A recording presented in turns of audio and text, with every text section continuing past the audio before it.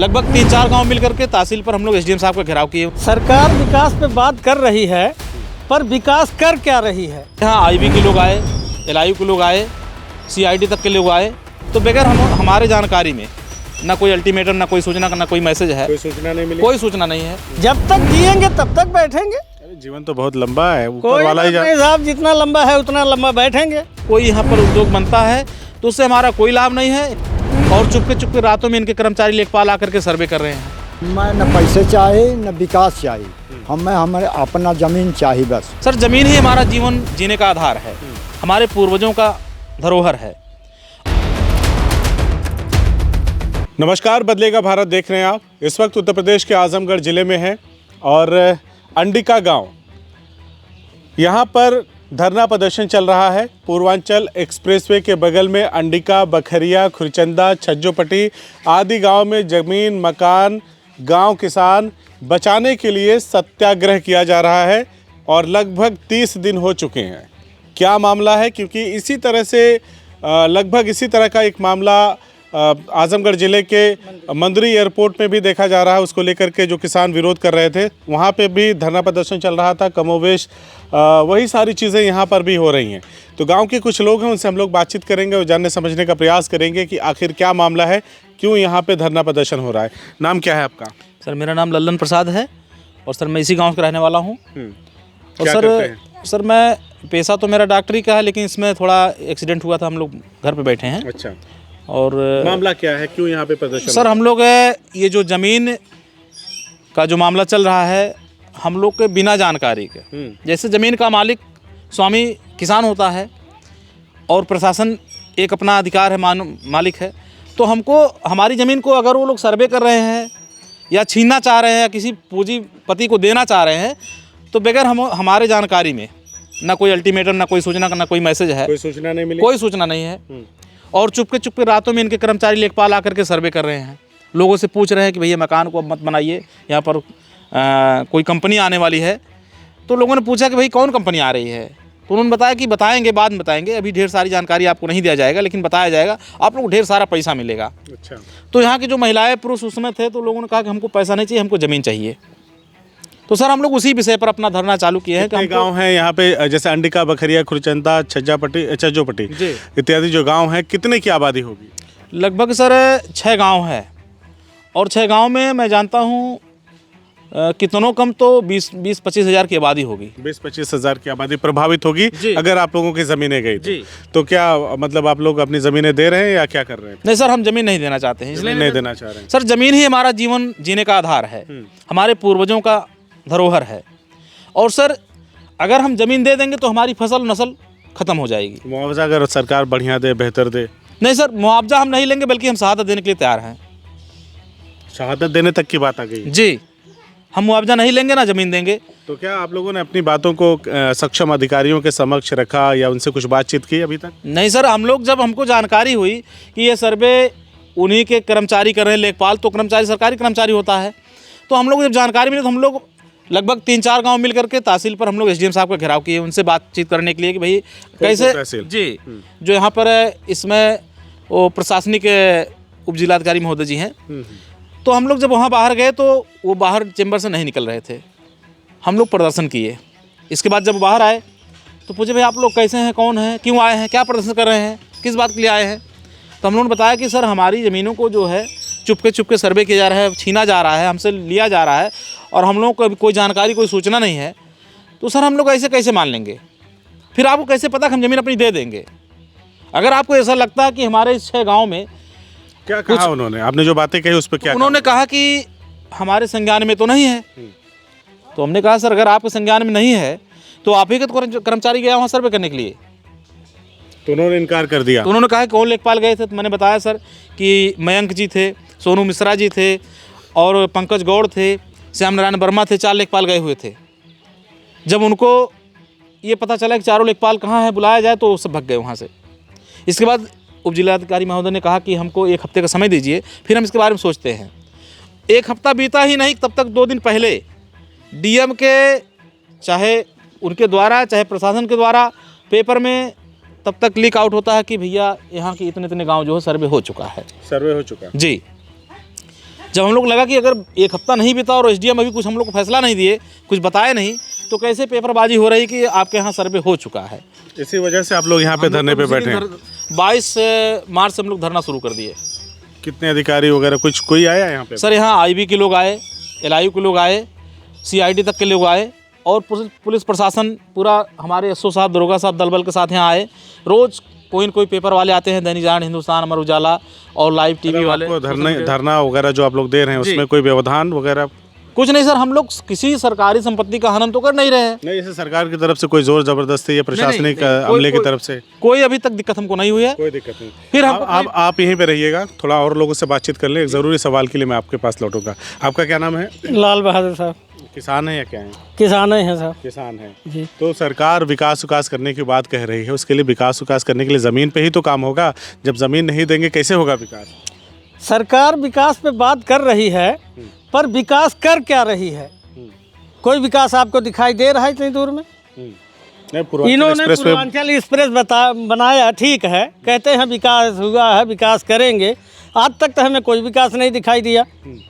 अगर हमें विकास मिलता है ऐसा कुछ, क्या हम उस पर साइकिल से सब्जी बेचेंगे या उस पर क्या कर लेंगे? कौन सा विकास? सरकार अगर ज़्यादा पैसे दे, मुआवजा दे, उस दशा में ज़मीन देंगे?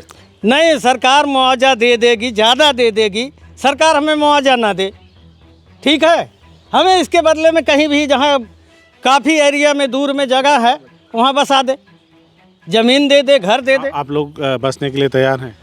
बसने के लिए क्यों नहीं? जहाँ किसी को सुख मिलेगा वहाँ जाएगा, क्यों नहीं भाई? तो क्या क्या होना चाहिए वहाँ पे? वहाँ सब कुछ होना चाहिए, जो हर सुविधा यहाँ है। हाँ, मतलब आप लोग पैसे लेके नहीं जाएंगे, अगर कहीं इसी तरह से ज़मीनें हो, घर मकान बना के दे तब जाएंगे? बिल्कुल। अच्छा, आपकी तरफ से भी कंडीशन है?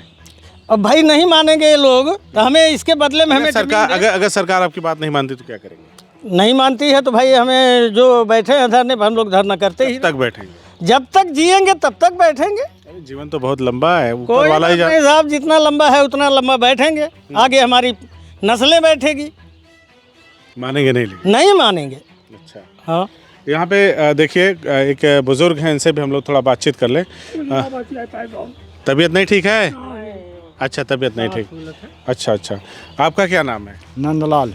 नंदलाल, आप भी किसान हैं या? हाँ, किसान हैं। किस गांव के? अड़िका के। अड़िका के। हाँ। तो ये जो बात हो रही है, हाँ, ज़मीन लेकर के विकास करने की और तमाम जो चीज़ें हो रही हैं, आपको क्या समझ में आ रहा है? क्या बेहतर है, पैसा लेके, मुआवजा लेके कहीं और? हमें न पैसे चाहिए न विकास चाहिए, हमें अपना ज़मीन चाहिए बस, इतने। हाँ, हमारी जनता कहाँ जाएगी? कितनी ज़मीन है आप? हमारे पास ज़मीन है 1 बीघा। 1 बीघा? हाँ। खेती किसानी करते हैं उसे? हाँ, बस उसी से खेती में करते हैं, खाते हैं, कमाते हैं वहीं। अच्छा। हाँ, बस। चला जाएगा तो नहीं होगा? नहीं। बच्चे हैं? बच्चे हमारे पास ढेर हैं। अच्छा। हाँ, उसी से सबका चलता है? सब चलता है, खाने पीने सब वही से चलता हमारा। तो किसी भी दशा में देंगे नहीं ज़मीन? नहीं, कभी नहीं देंगे हम। चलिए। आप पढ़े लिखे इंसान हैं, डॉक्टर हैं, आपने बताया कि एक्सीडेंट होने की वजह से आप ढंग से भी काम नहीं कर पा रहे या जा नहीं पा रहे थे, लेकिन तभी ये सब मामला शुरू हो गया तो आप यहाँ पे रम गए। आप मुझे बताइए कि सरकार विकास के लिए जब ये इसका रोड मैप बना पूर्वांचल एक्सप्रेसवे का, तो जगह जगह मंडी बनेगी, बगल में जगह जगह उद्योग धंधे लगेंगे, तमाम चीज़ों को सरकार ने पहले ही क्लेरिफाई कर दिया था। तो आप लोग अगर इस तरह से अड़ंगाबाजी करेंगे, सरकारी काम में व्यवधान डालेंगे और कहेंगे कि नहीं हम ये नहीं करेंगे, हम वो नहीं करेंगे, तो इसी पूर्वांचल के किनारे ही तो सारे काम होने हैं। फिर आखिर योजनाओं का क्रियान्वयन कैसे होगा? सरकार क्या करेगी? सर, उस योजना से हमको क्या लाभ बताइए? उस योजनाओं से हमारे परिवार को या हमारे इस गांव के जनमानस को क्या लाभ है? अब आप पूछेंगे, मैं आपसे कहूं कि यहाँ पे अगर एक नलका लग जाएगा, उससे पानी आएगा, उससे प्यास बुझेगी, तो अगर आपने पानी पहले नहीं देखा है तो पहले नलका लगने देंगे, तभी ना आप देखेंगे कि पानी कैसा होता है, उसकी शक्ल सूरत कैसी होती है, पीने में कैसा होता है, हमारे लिए कितना महत्वपूर्ण है। तो आप जब लगने ही नहीं दे रहे हैं, आप काम आगे बढ़ने ही नहीं दे रहे हैं, तो आपको उससे क्या लाभ होगा, कैसे पता चलेगा?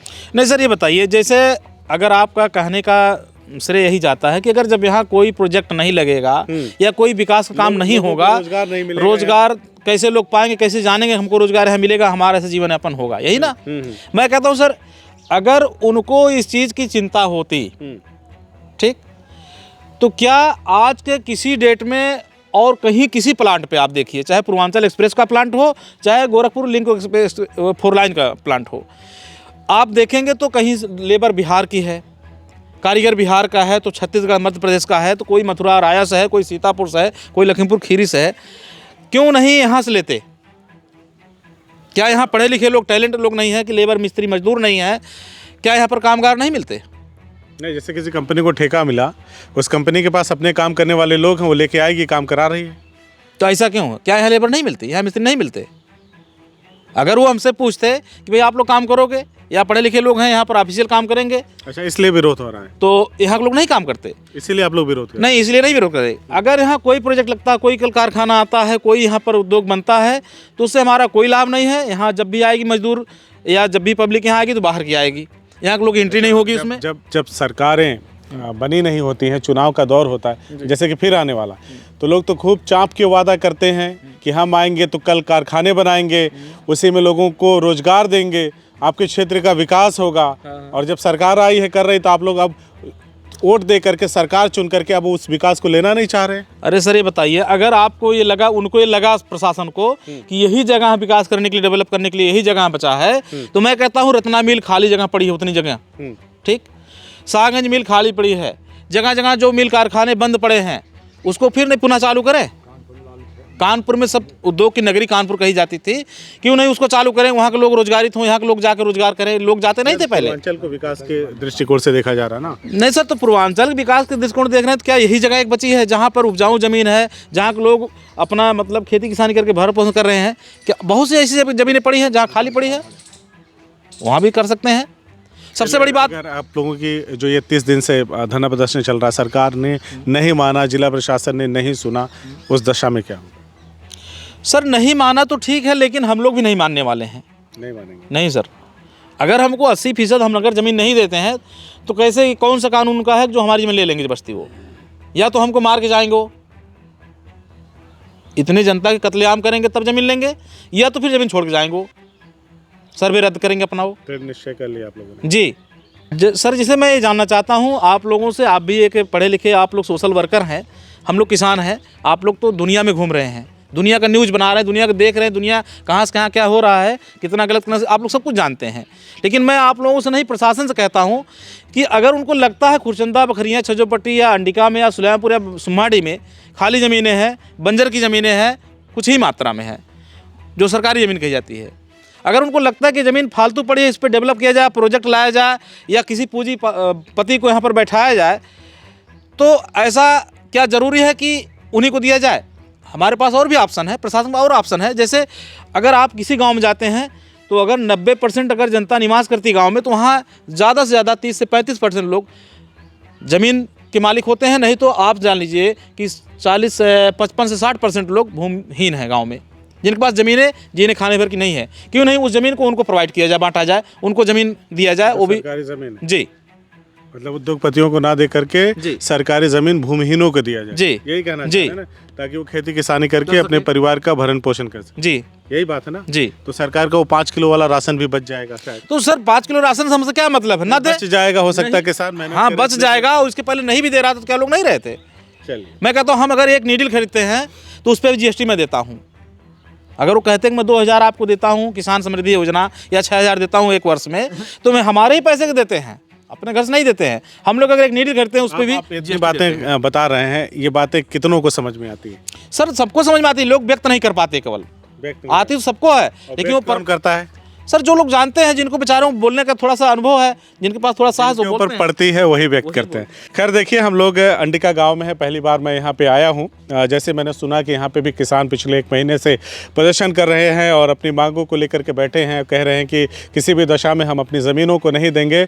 और क्योंकि सरकार लैंड बैंक बना रही है, ज़मीनों को एकत्र कर रही है, इन लोगों का कहना है कि उन्हें अंदेशा है, इस बात की शंका है कि सरकार उनकी ज़मीनों को एकत्रित करके कहीं उद्योगपतियों से तात्पर्य है अडानी अंबानी को ना दे दे।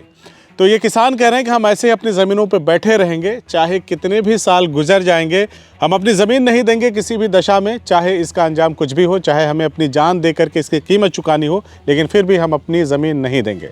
इस मामले में जुड़ा हुआ जो भी अपडेट रहेगा आप तक पहुंचाने की कोशिश करेंगे, क्योंकि यहाँ पे मुझे नहीं लगता कि इतनी जल्दी कुछ भी समाप्त होने वाला है।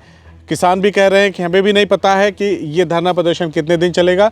तो बीच बीच में हम आके यहाँ की जो भी अपडेट रहेगी आप तक पहुँचाने की कोशिश करेंगे। बने रहिएगा बदलेगा भारत पर। धन्यवाद।